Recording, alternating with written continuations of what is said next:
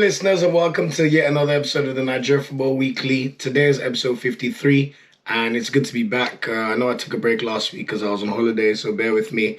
This week, it's the big one. We're officially in the international window, and Nigeria will be playing the first of our double-legged tie against Ghana this Friday in Kumasi at the Baba Yara Stadium. So we're going to be previewing the game against Ghana. What can we expect in terms of our anticipated XI? Give a bit of background about Ghana, what I think the result would be, and just any information you need to know ahead of the game on Friday. And then I'll be touching on, obviously, the most recent games involving our Super Eagles players. So without any further ado, let's get into it. First update to mention is, unfortunately, last week, Thursday, Wilfred Ndidi got injured playing for Leicester City in the UEFA Conference League second leg round of 16 tie against Rennes. And as one of our top two most important players, you have to say that's a big blow. But Innocent Bonke of Lorient has been drafted into the squad to replace Ndidi. So we'll see if Innocent Bonke gets to start the game on Friday. But the entire list, which I went through in the last episode of the podcast, remains exactly the same. So, where's the game being held? Baba Yara Stadium in Kumasi on Friday.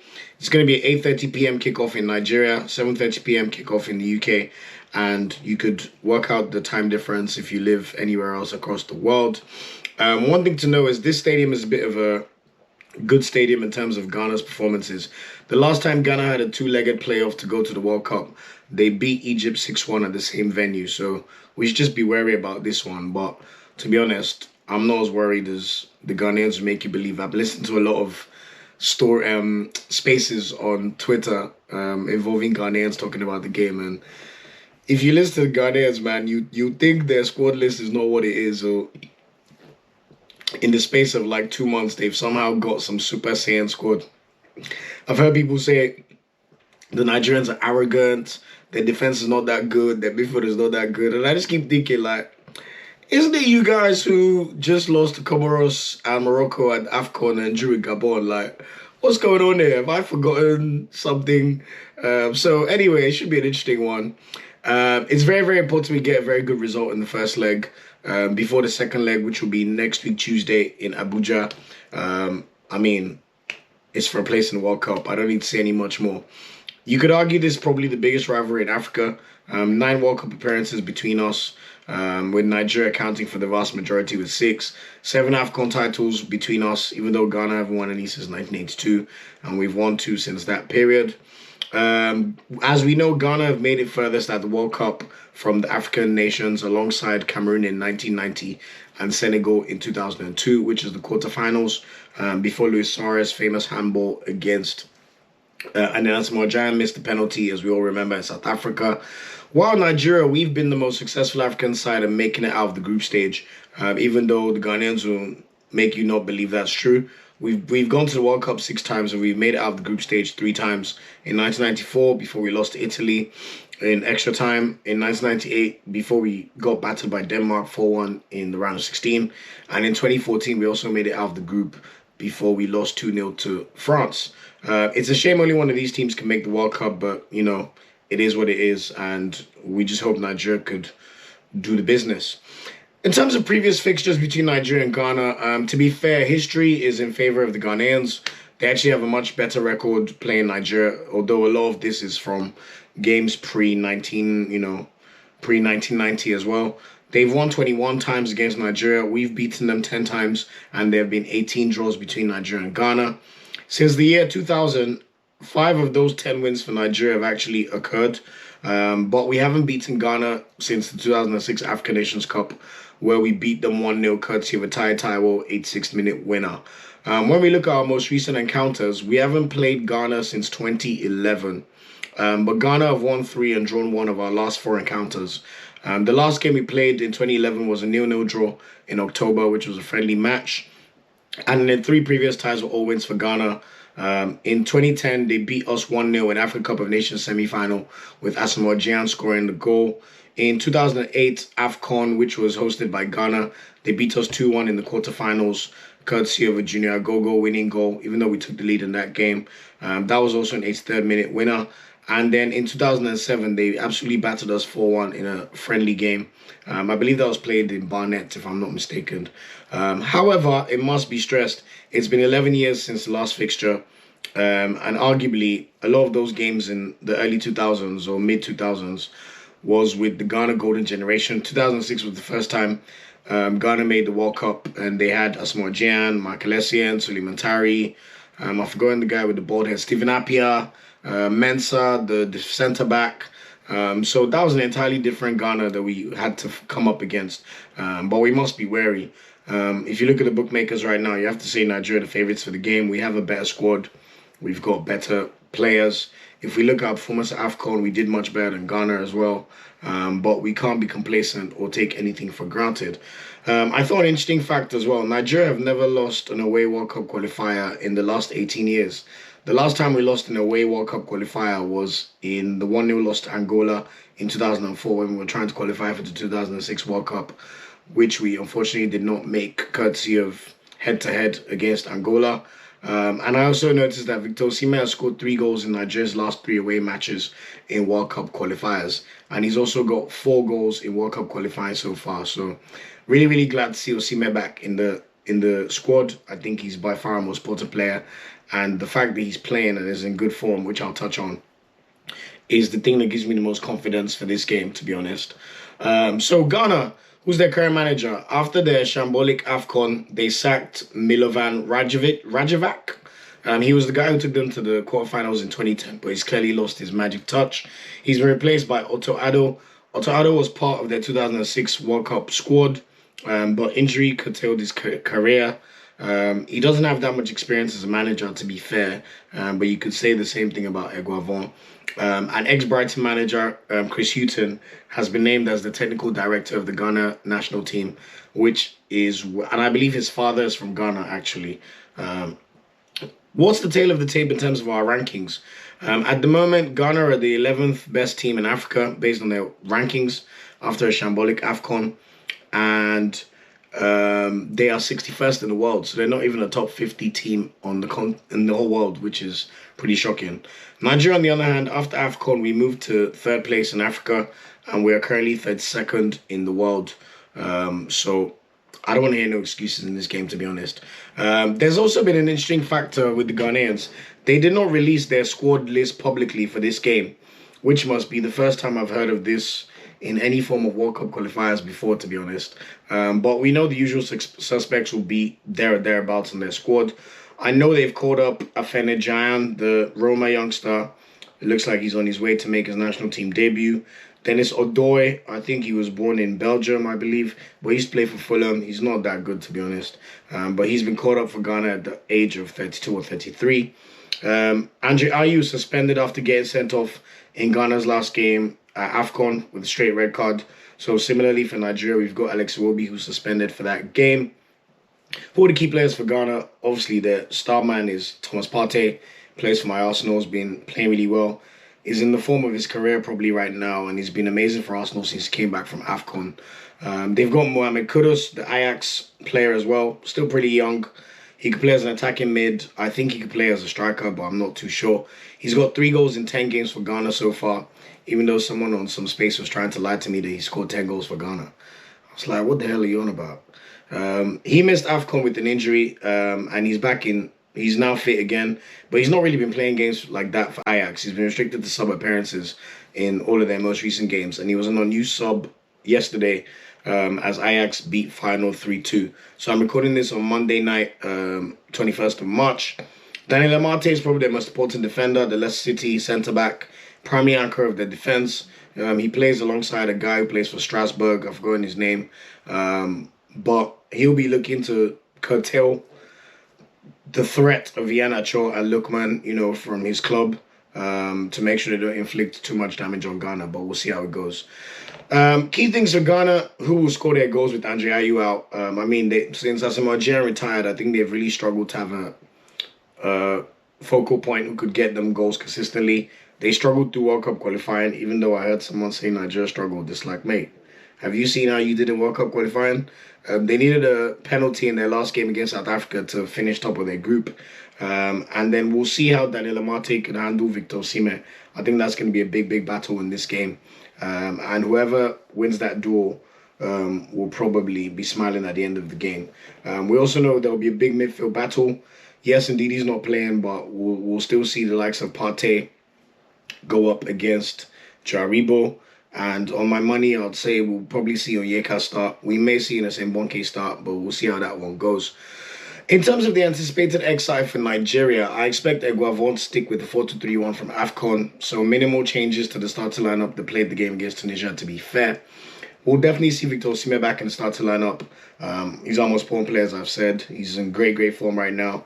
Scored 4 goals in his last 2 games for Napoli to make sure that they continue to fight for the Serie A Scudetto. Maybe we'll see Leon Balogun come back to start with Just Ekong in place of Omero. Although Omero was really good at AFCON, so he may keep his place. Ndidi is injured, unfortunately. So we're going to see one of Onyeka, Innocent Bonke, or maybe Etebo, if he can prove his fitness, start this game. I'll say if Etebo can prove his fitness, he'll probably start this game because he's the most experienced of those trio in terms of playing games for the Super Eagles. Frank Onyeka has been on the bench a lot for Bradford in recent games. So maybe we may see Innocent Bonke get the nod in this one. It'll only be a second cap for Nigeria. So that's an interesting one to watch out for. And then also, I wouldn't be surprised if we see Emmanuel Dennis start on the right wing in place of Chukwueze. Our right wingers during AFCON were okay, but Chukwueze didn't have as good of a tournament as he did in 2019. So I think it's provided a nice opportunity for Dennis to come into the starting lineup. So if I was to predict starting next side today, I think Marika Okoye will be in goal. Ola Aina will continue at right back, even though he hasn't played a single minute since AFCON. Something's gone seriously wrong at Torino. And I'm just hoping it's not because he went for AFCON and he's lost his place. Ekong and Balogun start as centre-backs. We'll see Zaidu Sanusi start at left-back. No qualms about that one at all. Onyeka and Innocent Bonke will partner Jaribo. And then we'll see Moses Simon start on left wing for sure. I expect to see Kelechi Iheanacho start as second striker just behind Victor Osimhen. And then Emmanuel Dennis should start on the right wing. Or we may see Chukwueze start on the right wing. So we'll see. Whatever happens, we just need to get the job done in the first leg. I think we have what it takes to get a win in Kumasi. But worst case scenario, just get a draw to take back to Abuja for the second leg. One thing Eguavon needs to do, though, is make sure he has plan B in attack. I think the Tunisians showed us that if we only have one plan of attack, we could be found out very, very easily. And that's just giving it to the wingers and trying to make them beat their man and put the ball in the box or take shots. There needs to be another plan. And I think with Victor Osimhen in the squad, that means that naturally there will be another plan. And I really, really expect things to go well for us. Victor Osimhen has scored 10 goals in 18 games for the Super Eagles so far. We know how much we missed him at AFCON. And he's by far probably the most lethal striker on the African continent at this point in time. He's being linked with moves to the Premier League already for the summer. It wouldn't surprise me if he gets close to 20 Serie A goals between now and the end of the season with his current form. I also think Emmanuel Dennis has a lot to prove. He'll probably be itching to, make Nigerians happy after missing AFCON. We know what happened there. He's only made 3 appearances for the Super Eagles, but none of them since the 2020 friendly. So I'm sure he'll be very, very keen to impress and show what he could do. So let's see how it goes in terms of our starting lineup. We'll also see, it'll be interesting to see if Igalo gets any minutes in this game. We also know that there are a few potential debutants. Ademola Lookman could probably make his debut, probably as a sub for Simon at some point in this game. Will Calvin Bassey make his debut? Funny enough, at club level, we've seen Calvin Bassey play far more minutes than Leon Balogun at Rangers. So maybe we may see Bassey start at left back or centre back, or at least come in to the game at some point. And then Akinkunmi Amo, who plays for Copenhagen, he scored over the weekend. So it'll be interesting to see if he also makes his debut for the Super Eagles at any point in time during this game. And in terms of predictions, what do I think the score will be on Friday? I'm predicting a narrow 2-1 win for Nigeria and Kumasi. So if we could take a win back to Abuja, and then we can finish the job next week. But I'll be sure to do a podcast review of the game next week, Monday, and also preview the game on Tuesday. So that's it in terms of the fixture against Ghana. Obviously, wish Super Eagles all the best, and I'm nervous, but I'm very, very expectant. I think this is as mismatched as Nigeria-Ghana could be probably since the early 2000s when we used to just wipe the floor with them. So I don't want to get carried away, but I expect Nigeria to get the better of Ghana in the two-legged tie. And it'll be nice for them to start with the win in the first game. So that's it, and hopefully the Super Eagles will do us proud. Just before we crack on with the league game previews, or reviews, so to speak, the other ties that will be happening in Africa for the other 4 slots at the World Cup from CAF, we'll see Senegal play Egypt, so that's going to be a big, big game. Algeria take on Cameroon. That's another big, big game. Too close to call for me, to be honest. Morocco play DR Congo. You probably expect Morocco to get the better of DR Congo, but you just never know with these ties. And then finally, Tunisia play against Mali, with Mali looking to be the only team that could potentially make their debut at this World Cup from Africa. So wish them all the best, and that should be a very intriguing game. You remember that during AFCON, Tunisia-Mali was the game where that ref stopped the game after 86 minutes, and Mali won the game 1-0. So I'm sure they'll be very, very happy to see each other again, and the Tunisians will be itching for revenge. So we'll see how this game goes. But anyway, back to the league reviews, and starting with the Premier League as usual. So it's been 2 weeks since the last podcast, and the Leicester City boys have played 4 games in that period. They played the round of 16, first leg and second leg of the UEFA Conference League tie against Rennes. In the first leg, they beat Rennes 2-0 at home on the 10th of March, with Kelechi Iheanacho scoring a brilliant second goal for them. Finished with his left foot from outside, just inside the box. Lookman came on in this game, and Ndidi started this game. They did lose the second leg 2-1 away last week Thursday, with Lookman getting the assist for Wesley Fofana's goal. And unfortunately, that's the game where Wilfred Ndidi suffered his injury, which has ruled him out from the Ghana game. But they've progressed to the quarterfinals, and they look like one of the favourites to win the UEFA Conference League, to be fair, alongside probably Roma. In the Prem, last weekend, they lost 2-0 to my Arsenal. That was on Sunday, March 13th. Iheanacho started the game, and for some reason, Ndidi was benched. It was like Brendan Rodgers wanted to lose the game. And then yesterday in the Prem, they beat Brentford 2-1. Kelechi Iheanacho started yet again, and Lookman was on the bench, but no goals for Iheanacho. It would be nice to see him score some more goals in the Prem, to be honest, like he did last season. Anyway, moving on to Frank Onyeka and Brentford. He was an unused sub yesterday in their game against Leicester, which they lost 2-1. And then in the prior week, they beat Burnley 2-0, but he only came on for 1 minute in that game, so it looked like a tactical substitution. So I don't know what's happened to him and Brentford. It's just like he's run out of favour with the manager, but hopefully he can force his way back into contention. I don't know if Ericsson coming to the team has meant that they've switched their formation in a way that they're not playing Onyeka, but he was starting a lot of their games at the start of the season, so I'm not sure what's really happened there. And then moving on to Alex Iwobi at Everton, he was an unused sub last week Sunday as they lost 1-0 to Wolverhampton at home. And then on Thursday, they played against Newcastle in the Premier League, and Alex Iwobi scored a last-minute winner, which was lovely to see. I think it was his second Premier League goal of the season. And for someone who's been getting a lot of stick from Everton fans, it was nice to see him get the praise and applause which he deserved. On Sunday, though, they played in the FA Cup and they got thrashed 4-0 by Crystal Palace. He came off the bench and only played 18 minutes, which is a bit surprising after he played 90 minutes in the previous game. But maybe Lampard's just prioritising the fact that they're in a relegation battle and they need to stay up in the Prem.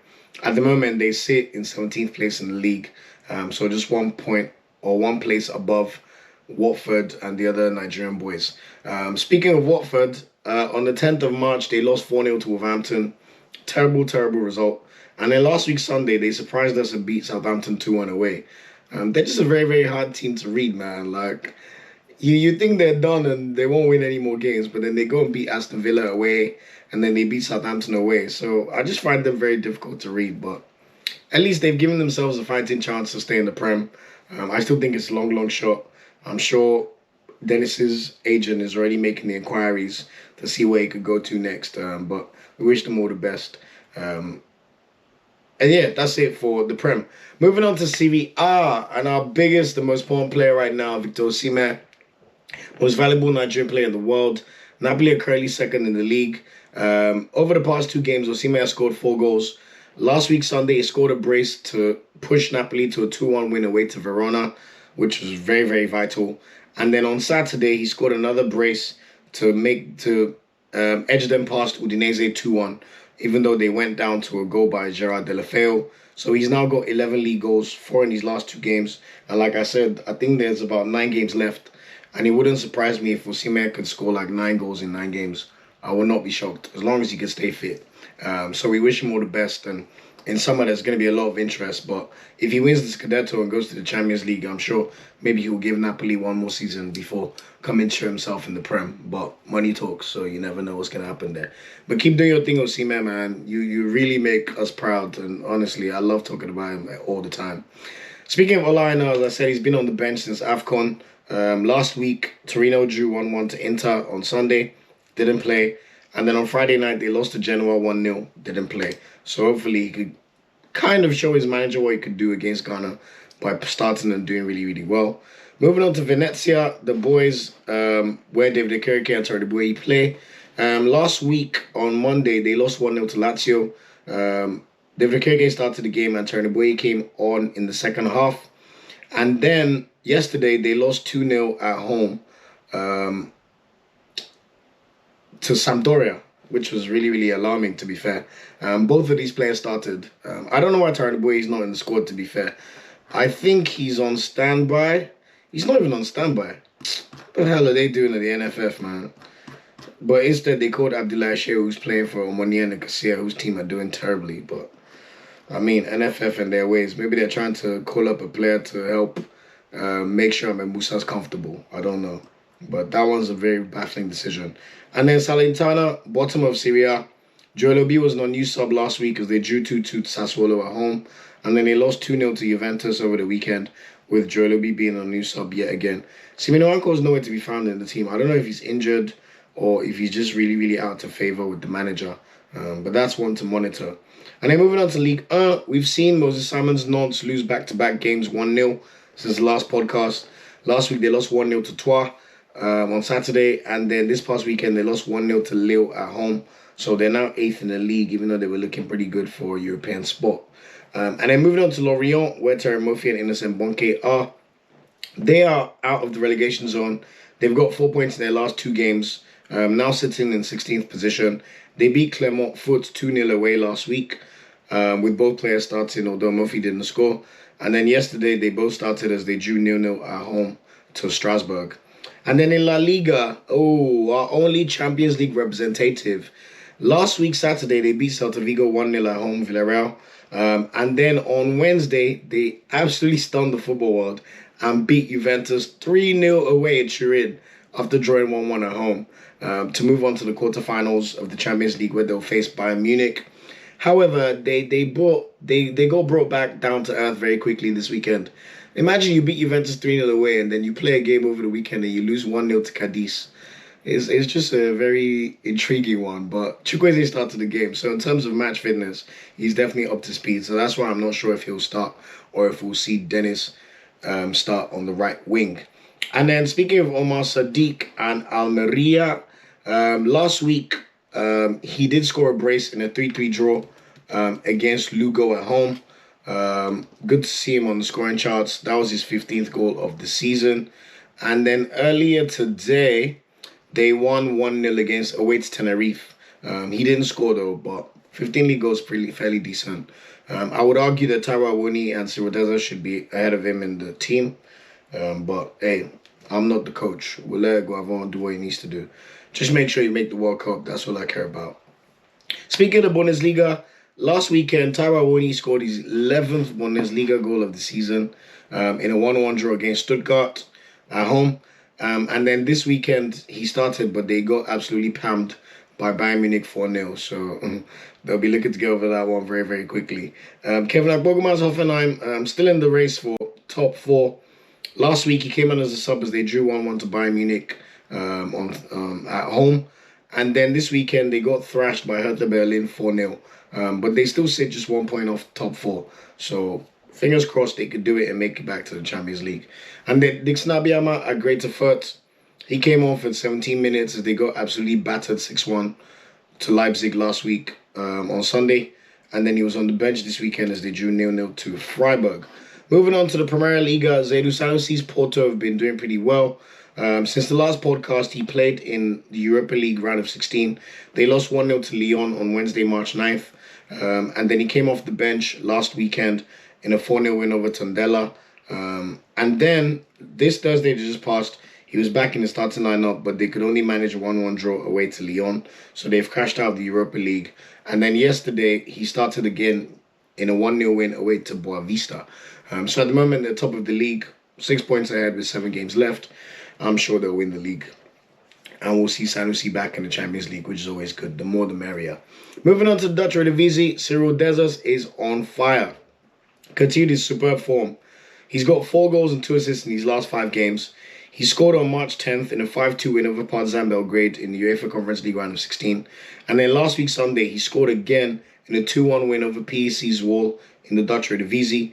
And then this Thursday, he scored yet again as they beat Partizan Belgrade 3-1. And then on Sunday, he started and got an assist in the 3-2 loss to Ajax, where they were very, very unlucky. Anthony scored a last-minute winner. So very sad for them, but Dessers is on fire. He really deserves a call-up. It's just a shame. Maybe he'll get an opportunity in some of the AFCON qualifiers in June, but he's definitely doing the best he can to force his way into the thoughts of Austin Eguavon. And then Maduka Okoye, much maligned Maduka Okoye. You know me, I'm a Maduka Okoye supporter. I'll always defend him. And he's doing really, really well. He got back-to-back clean sheets since the last podcast. He made 2 saves last weekend in a 1-0 win over Go Ahead Eagles. And then this past Saturday, he made 5 saves as they drew 0-0 away to NEC. So stop criticizing Maduka Okoye. He is the best goalkeeper Nigeria have, and it's not close. So support the brother. It's not his fault he's a good-looking motherfucker. Blame his genes. Yeah. Call him a model, I don't care. The man's a good goalkeeper. Yes, he made a mistake against Tunisia, but we need to support him, and he's going to be Nigeria's #1 for a long, long time, whether people like it or not. So that's that. Moving on to the Jubilee League, another player who I think is really unlucky not to have been called up for the national team, Alassane Youssouf at Royal Antwerp, continued to be in excellent form for them over the past month. He also scored last week in their 2-1 loss against Anderlecht. But this weekend, he kind of got rested. He only came on for 2 minutes as they beat Zulte Waregem 1-0 on Saturday. Polonaichi, on the other hand, he started their game last week Sunday, which was the 13th of March, in a 1-0 loss to STVV at home. And then he was ill over the weekend. I'm not sure if it was COVID or just a normal illness, as they lost 3-1 to Club Brugge away. So this means that they've now lost consecutive games, and they're just really shit in the league this season, to be honest. Like, Genk, figure your shit out, man. I don't know what's happening. And then moving on to Scottish Premiership boys, Joe Aribo, Leon Balogun, and Bassey all started on March 10th. In fact, Balogun scored in this game as they beat Red Star Belgrade 3-0 at home in the Europa League round of 16. And then last weekend, Aribo was rested while Bassey started in a 3-0 win over Dundee in the Scottish Cup quarter-finals. All 3 of these players were back in the starting lineup this past Thursday as they lost 2-1 to Red Star Belgrade. But because of the aggregate scoreline, they qualified to the quarterfinals of the Europa League. And then this weekend, Calvin Bassey started yet again, with Joe Aribo coming off the bench in the second half in a 2-1 win over Dundee in the league. So they remain 3 points off Celtic, and the next game after the international break is the Old Firm derby against Celtic. So that should be a blockbuster game. Moving on to the Turkish league, Anthony Nuakeme's Trabzonspor continue to flourish. They're 15 points ahead of second place with 8 games to go in the Turkish league. Last weekend, so the one before this weekend, he got another goal and an assist in a 4-2 win over Giuseppe. So he's got 11 league goals for the season and I think 8 assists. He's playing so well. He should be in the team ahead of Ahmed Musa, if we're being honest. But whisper it quietly. They'll tell us Ahmed Musa's captain. But anyway, this weekend, though, they did lose 3-2 to Rizespor, which was a shame. For them to be 15 points ahead and they're still able to lose games, that tells you how dominant they've been in that league. But yeah, he's going to win a league title and we're going to see him in the Champions League next year. Moving on to Fenerbahce, Brighton Osai Samuel started as they flogged Alanya Spur 5-2 away last week Sunday. And then he also started as they beat Konya Spur 2-1 on Sunday. They're now third in the league, 2 points off second. Speaking of Alanya Spur, Chidozie Awaziem did start that game that they lost 5-2 to Fenerbahce over the last week.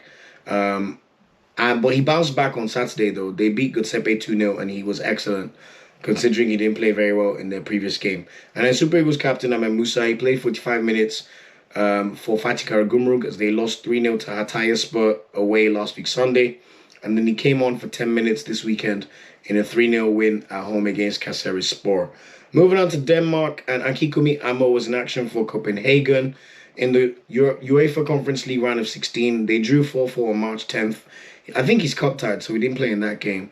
And then he was on the bench last week in a 1-0 win over Midtjylland, which means that they're top of the league by 21 points.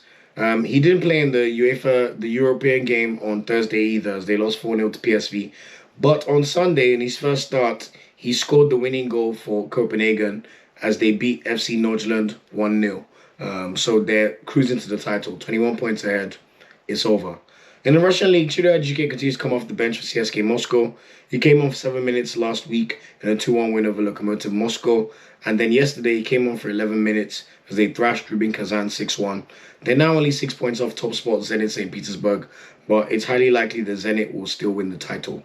And then finally, in terms of our leagues, in Czech Republic, we saw Petar Lajinka score in a 4-1 win in the UEFA Conference League round of 16 for Slavia Prague at home against Lask on March the 10th. He then started last week Sunday as they lost 1-0 to Liberec. However, in the second leg of the round of 16 tie, he scored yet again on Thursday. They're now in the quarterfinals. And then yesterday, he started as they won 1-0 against Cesc Budejovic. In fact, I've noticed Lajinka has been their captain in certain games, so he's clearly very, very highly rated by the Czech team, and may he just continue to flourish. So that's it in terms of the leagues. Star boy of the week, there can only be one person. Victor Osimhen, star striker, number 9 extraordinaire. Back-to-back braces for Napoli as he continues to push them towards the Scudetto, where they have to fight against AC Milan and Inter Milan. 11 league goals for the season, and he's just going to keep going from strength to strength. So shout out to him. He's also our most important player for this week's World Cup qualifiers. So we wish Osimhen all the best and hopefully carry that form into the World Cup qualifier on Friday against Ghana. That's it for this episode of the podcast. Thanks again for rocking with me. Please remember to subscribe to the podcast if you listen to this on any of the streaming platforms, or if you listen to this on YouTube, please subscribe, like, and share the word. Please like the video as it helps with the algorithm, and so other people could also watch stuff about Nigerian football. You know, we're just trying to do our little part. Continue to follow us on our social media channels, which I've always mentioned, at NFWPOD on Twitter, and Nigerian Football Weekly on Instagram and Facebook and YouTube. I appreciate every single listener.